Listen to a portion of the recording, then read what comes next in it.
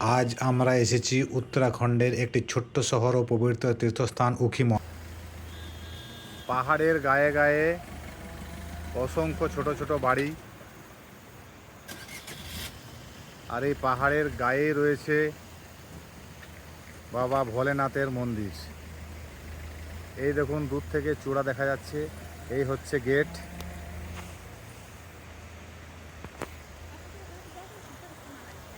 আর এই দেখুন পাহাড়ের কোলে কি সুন্দর সুন্দর বাড়ি, হোটেলও রয়েছে দু একটা।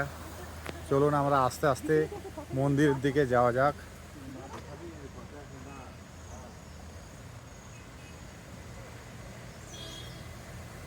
অনেক ভক্তবৃন্দ আজ এসছেন এখানে।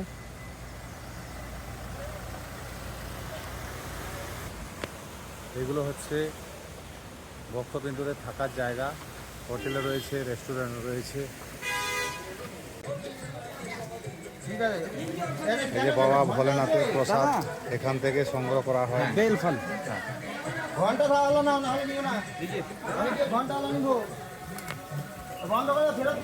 এই যে সব বন্ধুরা পুজো দেওয়ার জন্য পুজোর থালি নিয়ে এগিয়ে চলেছে মন্দিরের দিকে। এই হচ্ছে উখিমঠে যাওয়ার রাস্তা। দেখুন, সত্যই অপূর্ব। এই ছোট্ট বাজার পেরিয়েই মন্দিরের প্রধান দ্বার। আসলে উখিমঠের এই মন্দিরটি ওমকারেশ্বর মন্দির নামেই পরিচিত। বর্তমানে সারা বছর ধরে এখানে ভগবান শিব অর্থাৎ ওমকারেশ্বরের নামেই পুজো অর্চনা হয়।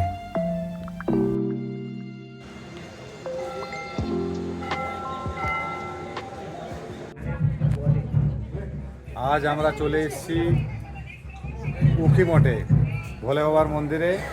এই সেই মন্দির, এবং এই মন্দির উখিমঠের মন্দির বিখ্যাত এই জন্যই, এই মন্দিরেই বাবা কেদারনাথের আসন রয়েছে।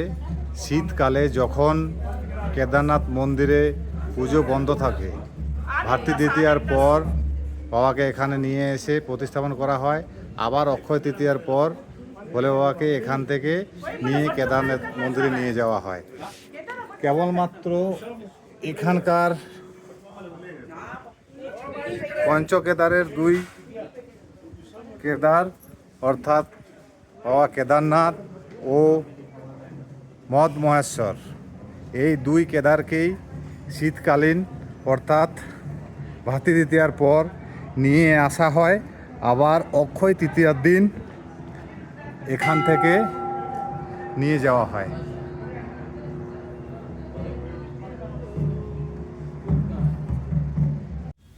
এই মন্দিরটি রামের পূর্বপুরুষ মান্ধাত্তার সময়কালে।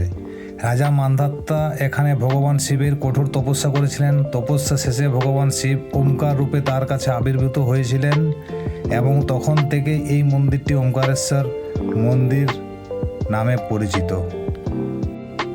এছাড়াও এই মন্দিরে উষা অর্থাৎ বানাসুরের কন্যা ও ভগবান শ্রীকৃষ্ণের নাতি অনিরুদ্ধের শুভ বিবাহ অনুষ্ঠিত হয়েছিল, এবং এই উষা থেকে উষা মঠ, পরবর্তীতে উখিমঠ নামকরণ হয়। এই জন্য এই উখিমঠের এই ভোলে বাবার মন্দির খুব জনপ্রিয়। প্রচুর দর্শনার্থী আসেন এখানে পুজো অর্চনা করার জন্য।